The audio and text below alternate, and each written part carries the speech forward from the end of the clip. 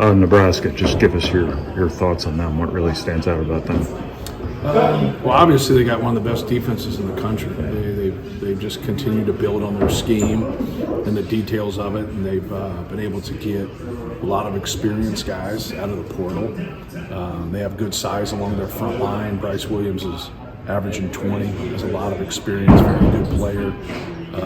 Season's a guy that really helps him with his ability to change a game with his shooting.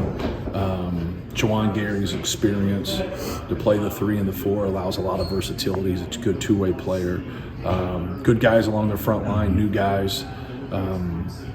They just keep growing. The program keeps growing. They obviously beat us last year, and I thought they were the tougher team last year, and normally the tougher team wins. So we're going to have to do a better job of executing, doing a better job rebounding the basketball, just everything in general. They normally do a pretty good job with posts from a defensive perspective. Yep. It looks like you're kind of doing some of the same things they do. What is it about their style of post defense when they have a really good scorer to stop? Yeah, they hold their low man. A lot of people hold their low man. They're just very detailed with it when they hold their low man, whether you're trying to drive the basketball or whether you're trying to post the basketball. They're a no paint, no middle team. It's keeping the ball out of the middle of the floor. You got to try to operate in the middle third of the floor, but when you're on the wing, you got to be able to move the basketball and get the ball moving and get them behind things. If you don't, they'll load up against you. A lot of teams do it. We do it. Maybe not to the details that they do, but I think it's very important to understand what they're doing and why they're doing it, and have good ball movement and be able to get to second actions to have more space to play. Staying on their defense, most good three-point defensive teams limit the amount of shots they give. They give up like 50% of their points from the three-point line, while I think holding from 30% shooting. How do they do both? Yeah, they good pressure there. They try to keep that penetration away from getting to the middle of the floor.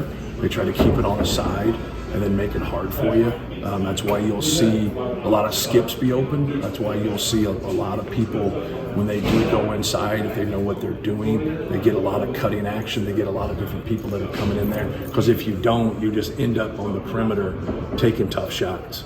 And they do a good job. You're still going to have some of those possessions. You just want to try to minimize those possessions. But they've done a really good job. They've gotten better from year to year, and they keep building. And that's a heck of a statement, because even though they have experienced players, they don't have a bunch of experienced players of being there. But they got about half their team that do understand it, have gotten it, been there for more than 1 year, and now they're continuing to grow. And that's what a good program's about. How much of the defensive success you guys have had in these last 2 games was about those individual matchups, but how much of it is things that can be carried forward, I guess, common things? Yeah, there's a lot of things. A lot of the things you're talking about to the strengths of Nebraska is things that we've been able to do in the last 2 games: keep the ball out of the middle of the floor, disrupt their best players, make it hard for them, give them a lot of attention, without really exposing yourself in terms of getting fouls, giving up layups, or step in wide open threes. So hopefully you want to continue to get carryover. That's the whole goal in coaching, is to be able to sustain some success that we've had on the defensive end, and then just keep getting better with it. Just the really low turnover totals here lately for you guys. Is that simply a matter of getting away from those 4 problematic matchups prior to the resumption of Big Ten play, or is it something your team's doing a better job of? Or? I think just taking care of the basketball, and I didn't mention in the last question, but taking care of the basketball helps you on defense, because you're constantly setting your defense instead of playing from behind in transition. These guys are really good in transition, so I think that's going to be an important piece for us, because even when you take good shots and you miss them and you don't get the rebound, you still haven't surprised anybody. You got rebound balance, but you're also getting people back and you're setting your defense. So there's no question that it all ties together. The better that you can be on the offensive end, the better that you can execute. I thought our execution was really good the other night. We just didn't finish plays by making shots, and that's something that happens. They always say defensive rebounding travels. Sometimes you don't pack your jumper, and that's part of it, and that's what we're able to do. We didn't shoot the ball well, but I thought we played well. I thought we did some really good things on both ends. Braden mentioned the other day, and I don't think he intended to say it this way, but he said he can rest on the defensive end a little bit because of the guys that can put on the ball. Yeah. I know he's obviously using the energy, but he can expend more on the offensive end and kind of hide on the defense and get those skip passes. Yeah, things like well, that. that gets you beat if you do. That's what he actually does.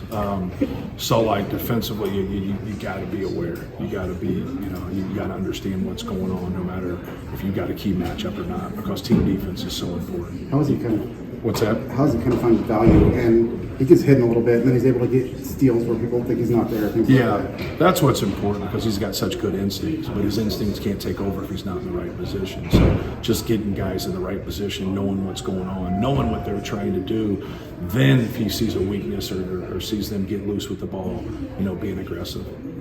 All this travel back and forth, you come home for one game, go to the West Coast. Is that an experience thing you lean on with just staying focused energy-wise? Yeah, I mean it's part of it. Like you're going to have it at some point in your schedule. Like everybody's going to have it. Obviously, the West Coast teams have it more than the traditional Big Ten teams. So it's part of it. It's like I always say, like if it's something that goes against you, it goes against everybody at some time. Like don't let that be your focus. Let the game be your focus. You do everything in terms of travel and preventing injuries, and you do everything in your power to help your players be ready to go. But the mental is more important than the physical. Now being sharp, now understanding, what the game plan is, how we want to go about it, and then just staying connected. You guys put a lot of thought into how you handle next week, like asking for opinions from people. I know that was a conversation that was going on at Big Ten Media Day, maybe more so from the West Coast schools' perspective. No, not really. You do enough travel to understand what you're doing. Like you play on a Sunday, and now you play on a Wednesday, and we're leaving early on Tuesday. So we've always tried to leave as early as possible to get out there. But we do that no matter what. We do that. Like right now, you practice early because you have an early game. Now that you got 24 hours where you're off your feet before, game time. So, things of that nature really help you. And sometimes you can't control it. Like when you travel, you might get, today's a women's basketball game. So, when are they supposed to come in and shoot? Either they come in before, well, we just came in before.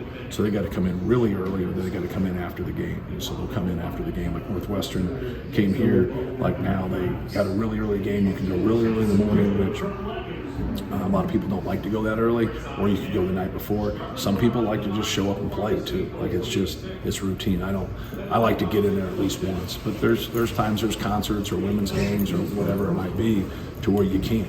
You can't get in there. But then in those games, we try to get to the arena about a half an hour early, and then just shoot extra earlier there. So, you have enough experiences where you want to stay on your own schedule, but sometimes when you travel, you can't get to the schedule that you want because the times aren't offered to you. So you just do the best you can, but you don't let it be a key factor, even though sometimes it is a key factor.